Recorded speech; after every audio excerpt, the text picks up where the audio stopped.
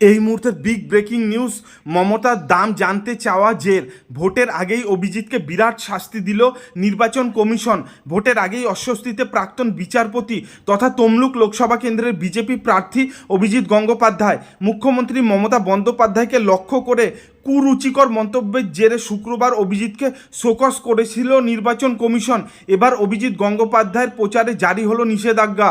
জানা গিয়েছে মঙ্গলবার বিকেল 5টা থেকে 24 ঘন্টার জন্য অভিজিতের প্রচারে নিষেধাজ্ঞা জারি করেছে কমিশন।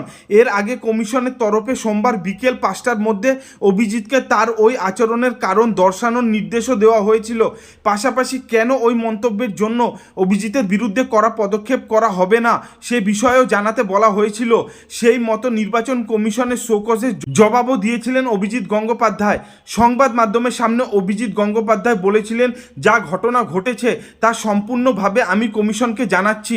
কমিশনের বেঁধে দেওয়া সময়সীমার মধ্যেই জবাব পাঠাবো। যা ঘটেছে এবং যেভাবে ঘটেছে তা আমি কমিশনকে জানাবো। এরপর 20 তারিখে জবাব পাঠান অভিজিৎ। সূত্রের খবর, জবাব খতিয়ে দেখার পরেও কমিশনের মনে হয়েছে কুরুচিকরভাবে ব্যক্তি আক্রমণ করেছেন অভিজিৎ। নির্বাচনী আচরণবিধি ভঙ্গ করেছেন বিজেপি প্রার্থী। ভারতীয় সমাজে এবং সংবিধানে মহিলাদের বিশেষ স্থান রয়েছে। সর্বদা সম্মানের চোখে তাদের দেখা হয়। সেই কারণে একজন মহিলার সম্মান রক্ষার জন্য রাষ্ট্রের বিভিন্ন প্রতিষ্ঠান সবসময় সচেষ্ট।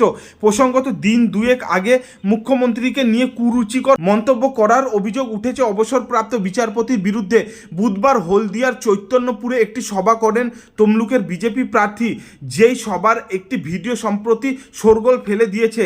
ওই ভাইরাল ভিডিওতে অভিজিৎকে বলতে শোনা যায়, তৃণমূল বলছে রেখা পাত্রকে কেনা হয়েছিল 2000 টাকায়।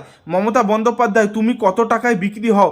তোমার হাতে কেউ 8 লক্ষ টাকা গুঁজে দিলে চাকরি হয়, কেউ 10 লক্ষ টাকা দিলে রেশন হাওয়া হয়ে যায়। কেন তোমার দাম 10 লক্ষ টাকা? তুমি কেয়া শেঠকে দিয়ে মুখে মেকআপ করাও বলে। আর রেখা পাত্র গরিব মানুষ, লোকের বাড়িতে কাজ করে, সে আমাদের প্রার্থী, সেজন্য তাকে 2000 টাকায় কেনা যায়। রাজ্যের মুখ্যমন্ত্রীকে নিয়ে এহেন কুরুচিকর মন্তব্যের জন্য অভিজিতের বিরুদ্ধে কমিশনের দ্বারস্থ হয় তৃণমূল। দলের দাবি ছিল মুখ্যমন্ত্রীকে অশালীন ভাষায় আক্রমণ করে নিম্ন রুচির পরিচয় দিয়েছেন পদ্মপ্রার্থী অভিজিৎ গঙ্গোপাধ্যায়। নির্বাচনী আচরণবিধি ভেঙেছেন, তাই তার বিরুদ্ধে অবিলম্বে ফৌজদারি মামলা শুরু করতে হবে কমিশনকে। এরপরই পদক্ষেপ করে কমিশন।